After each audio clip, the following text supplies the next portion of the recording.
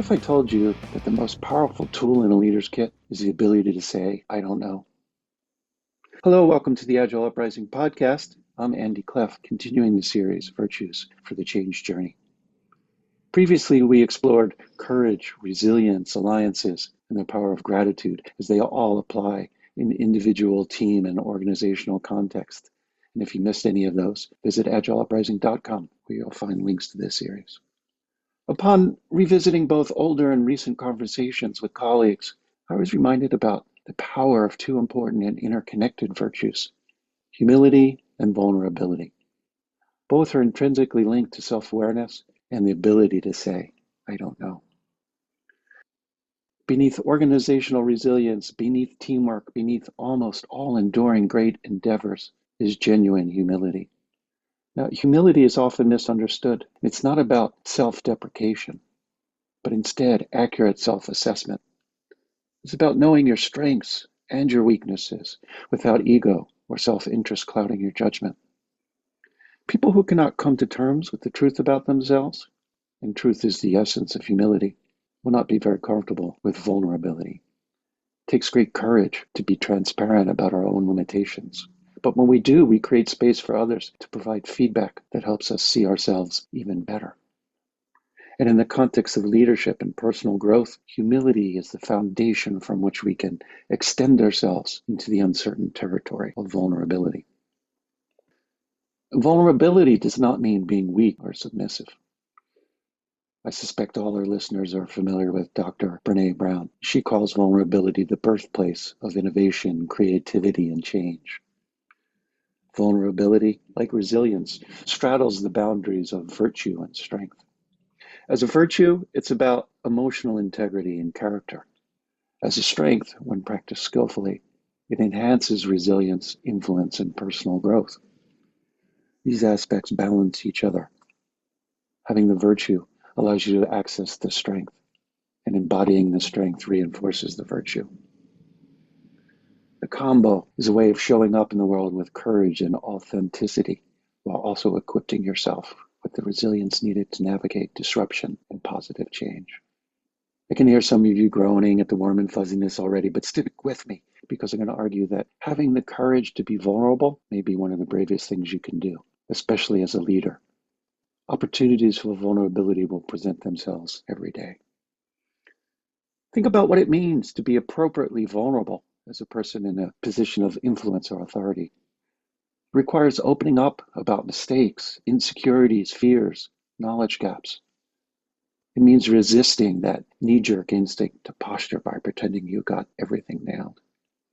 It necessitates being curious, asking for help, seeking feedback, acknowledging fallibility, and trusting others rather than pretending you're the all-knowing expert. Yeah, all that stuff is really freaking hard and against many of our natural self-preservation instincts, especially during times of high tension, pressure, and anxiety. But here's the thing, that mask of flawless confidence, the attitude of fake it till you make it, that's a trust and innovation killer, as well as a recipe for burnout. It creates a tense, inauthentic environment where people are often too afraid of being exposed or judged to try experiments, to truly stretch and grow when failure is a distinct possibility. On the other hand, when leaders bring their whole selves, taking off the mask, they create an environment that nurtures psychological safety. They create space and permission for others to take creative risks and learn from failures. That's when growth and positive change can truly happen. Not just at the individual level, but also with collaboration and innovation. New ideas can emerge. Teams get better. Teams get stronger. So I challenge you. Think of an area or context where you could lean in with a bit more vulnerability. Whatever role you embody, mover, follower, observer, opposer. If you're coming up blank, borrow a technique that Leff suggested way back when we talked about the sin of pride. Record yourself in action. Analyze the footage. See if you can shed some light on your nuances, your facial expressions, any unintended messages that might be sent. Are you holding back, keeping silent when you're feeling frustrated or struggling with something?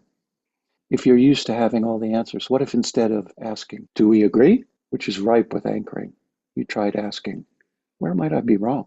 Or what might I be missing?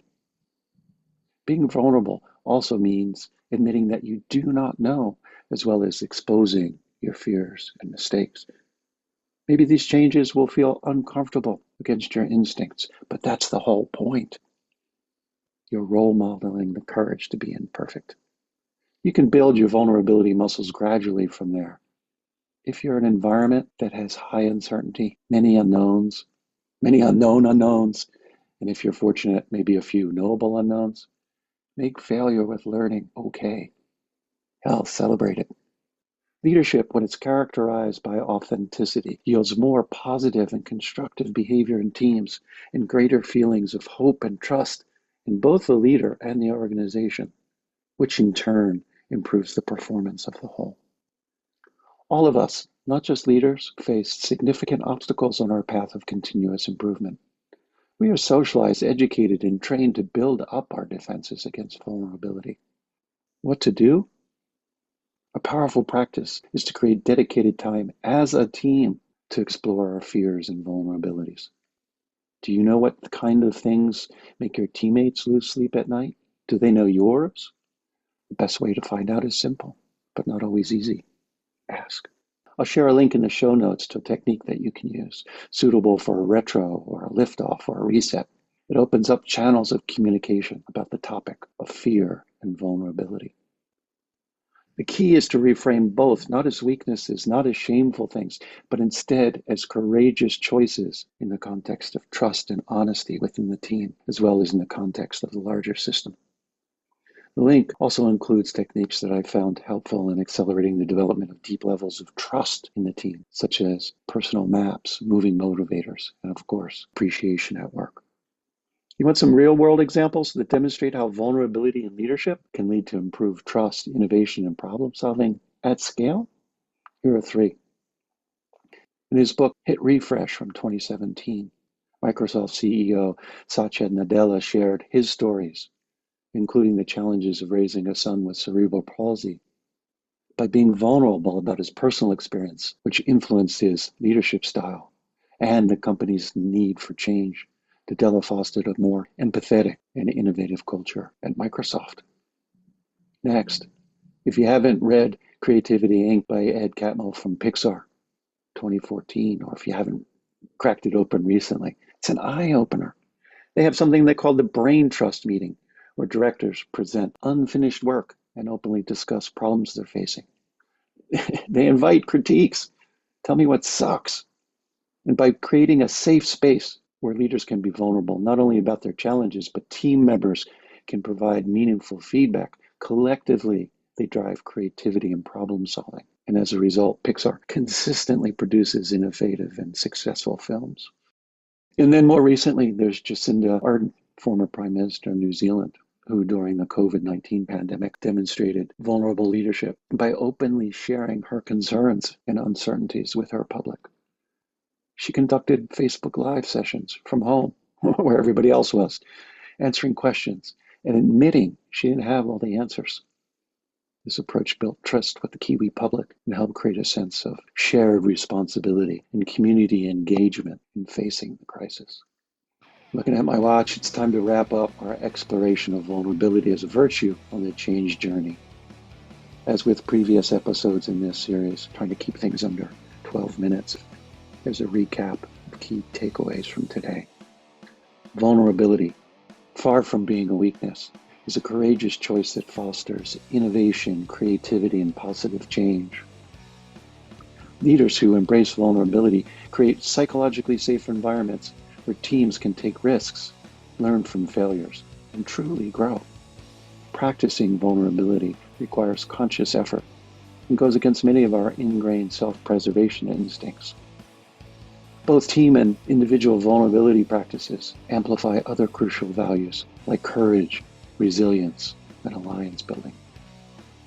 Remember, with all these things, the goal isn't perfection. It's just simply a genuine commitment to practice. By choosing and practicing vulnerability, we open ourselves as leaders and our teams to new possibilities, deeper connections through continuous learning and growth. So I challenge you, this week, find one opportunity to be intentionally and authentically vulnerable. whether it's admitting a mistake, asking for help, or sharing a fear with your team. Notice how it feels, and more importantly, observe the impact it has on those around you. I hope to see you on the Agile Uprising Discord server. Link is in the show notes. Share your experiences and thoughts about this episode. Keep it going. How does AI and remote work impact the need for and the expression of vulnerability? Maybe you can share your ideas about what are the cultural implications of vulnerability? How might it be perceived differently in collectivist versus individual cultures? And share your context. Does the industry matter? For example, if you're in education, does teacher vulnerability foster a better learning environment? Thanks for joining me on this journey of exploring the mindsets that empower us to navigate the complexities of change with grace and effectiveness. Remember, in the words of Brené Brown, vulnerability sounds like truth and feels like courage. Truth and courage aren't always comfortable, but they're never weakness. This is Andy Cleff and the Agile Uprising, signing off.